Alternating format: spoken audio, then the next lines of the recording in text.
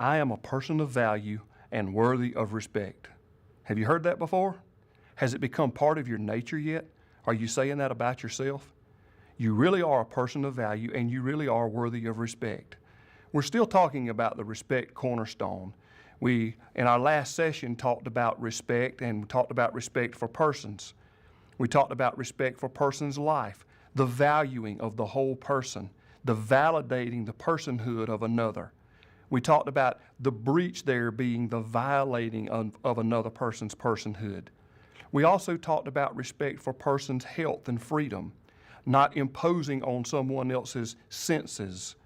We talked about allowing others to be free in their expression, allowing them to be part of our conversations, covering our mouths when we sneeze, that sort of thing, respecting other people's senses and their health.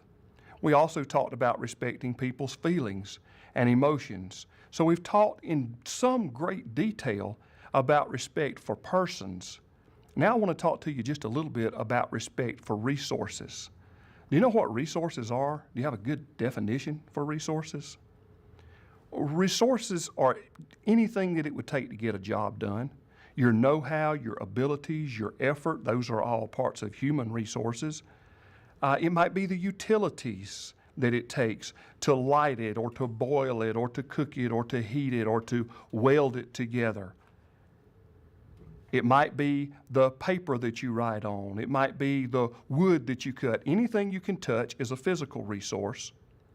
Anything that you use from your own mind or your physical body, that would be a human resource. And there are multiples of other resources, but you pretty much get the picture. If you waste resources, it's always a breach. So whether you're leaving your own home and you decide to turn out the lights, or you're visiting an office building and you leave out of the restroom, you should turn off the lights to preserve those resources. There'll be a lot of other things that you're going to talk about in a few minutes during your classroom time with your instructor, your facilitator, or your classmates that have to do with resources and respect for resources and conservation of resources. One thing I would like for you to really think about is when you're talking about someone else's resources, it's important to remember that they have a right to own their things just like you do. It can be yours. It can be theirs distinctly. And to own something or to have the right to own it means you've got the right to not share. See, we have the right to own. That means we have a right to be private. That means we don't have to share, although from our own integrity desire, we might want to share. The next thing I want to talk to you about is respect for authority, but I've got somebody here who may be better qualified than I am to talk to you about that, at least from personal experience and perspective. When I was at Frank Scott, we had the integrity dorm, and part of that integrity dorm was peer mentor instruction, inmates who had learned enough and been trained so that they could teach other inmates about integrity. One of our best was Joseph Sarkeesian, and I'm going to let Joseph talk to you about respect for authority. So who am I to speak to you about respect for authority? I'm only a former inmate, or an ex-con as some would say. Let me put it like this. When I first came to the chain gang, I kept hearing a phrase, "Keep it real," everyone would say. The only thing was I found that very few men knew how to define that accurately. So let me keep it real with you.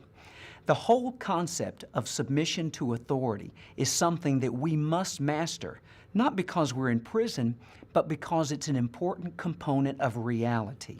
There is no area of life in which someone doesn't find them in submission to the authority of another. It just doesn't happen. So the quicker that we can apprehend that idea, you can begin to make it work for you. Remember, submitting to authority does not take away your personal value or worth. Likewise, being in a position of authority does not increase or add value to someone's worth. Just between you and me, remember, just because someone is in a position of authority doesn't always guarantee that they have the strongest character. That's when you have the opportunity to shine. You can make them deal with your character.